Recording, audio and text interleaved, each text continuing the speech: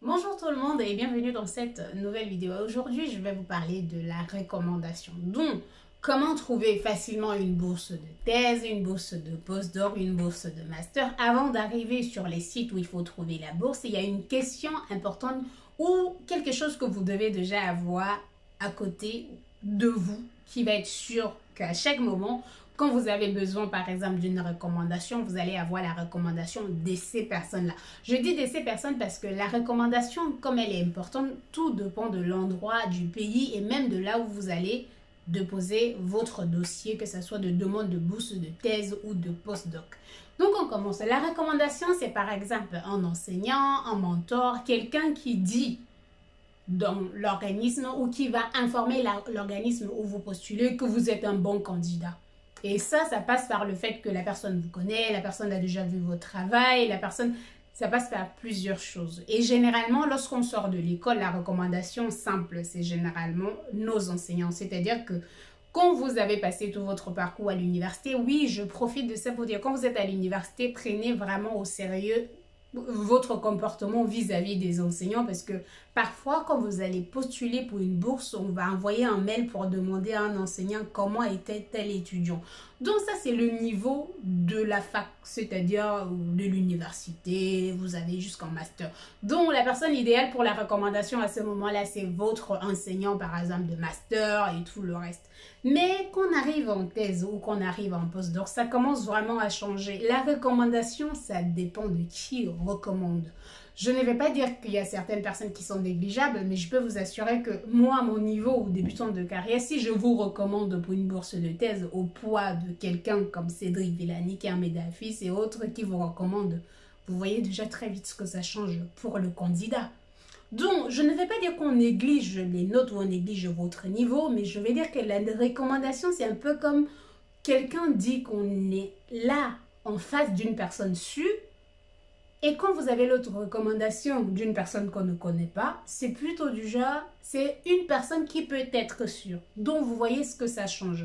Et comment on fait pour être sûr qu'on aura toujours eu quelqu'un pour nous recommander?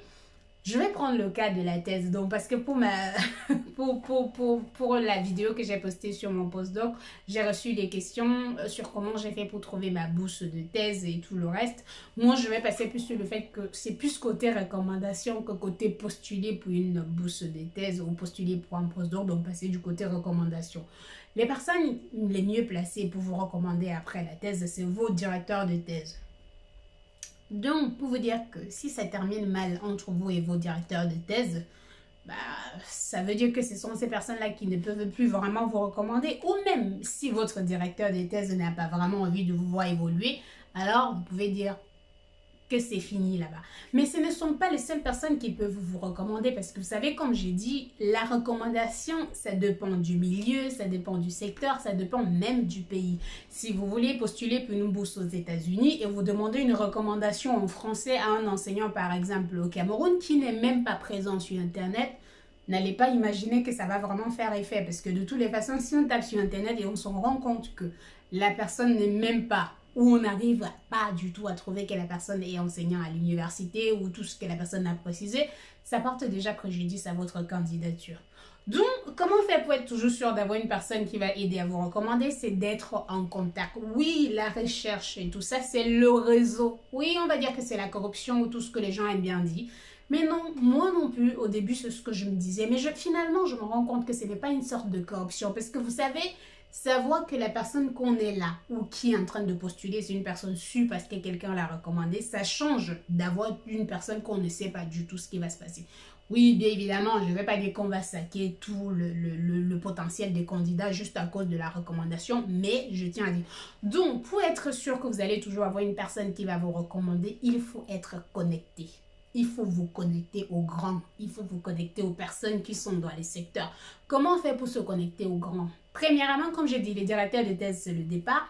Deuxièmement, pendant les conférences, les écoles d'été. Lorsque vous allez à une conférence, la conférence, ce n'est pas aller faire ma présentation, on me pose des questions, je suis les autres présentations, je rentre. Non, non, non.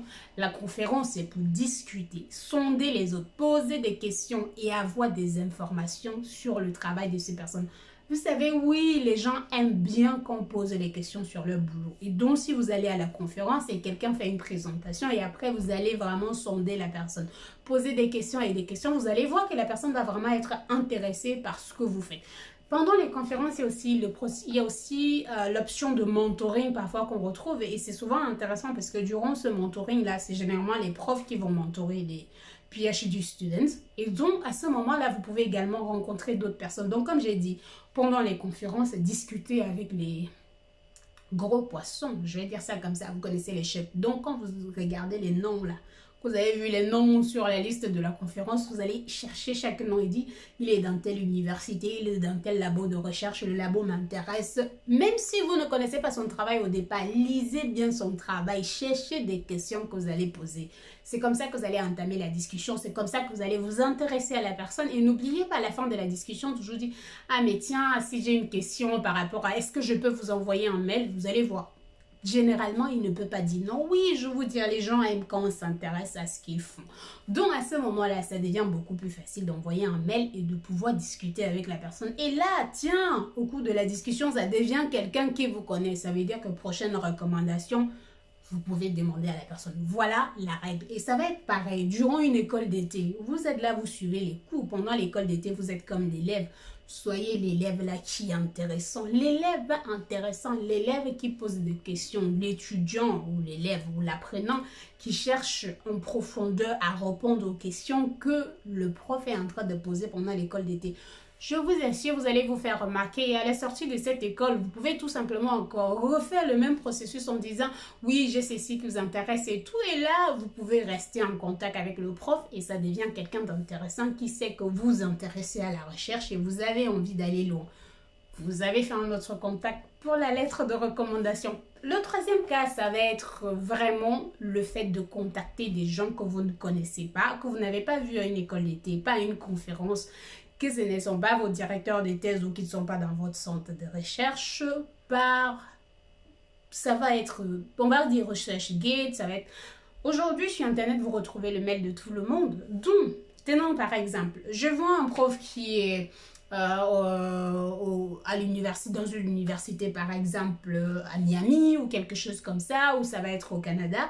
Et je prends juste le mail de la personne, je vais regarder, on ne met pas on n'écrit pas. Ah oui, attention, je tiens à préciser, si vous écrivez à une personne en disant je vous écris pour demander la règle de recommandation, ça n'a aucun sens. La personne ne vous connaît pas et en plus, on n'écrit pas toujours pour demander, on écrit aussi pour apporter.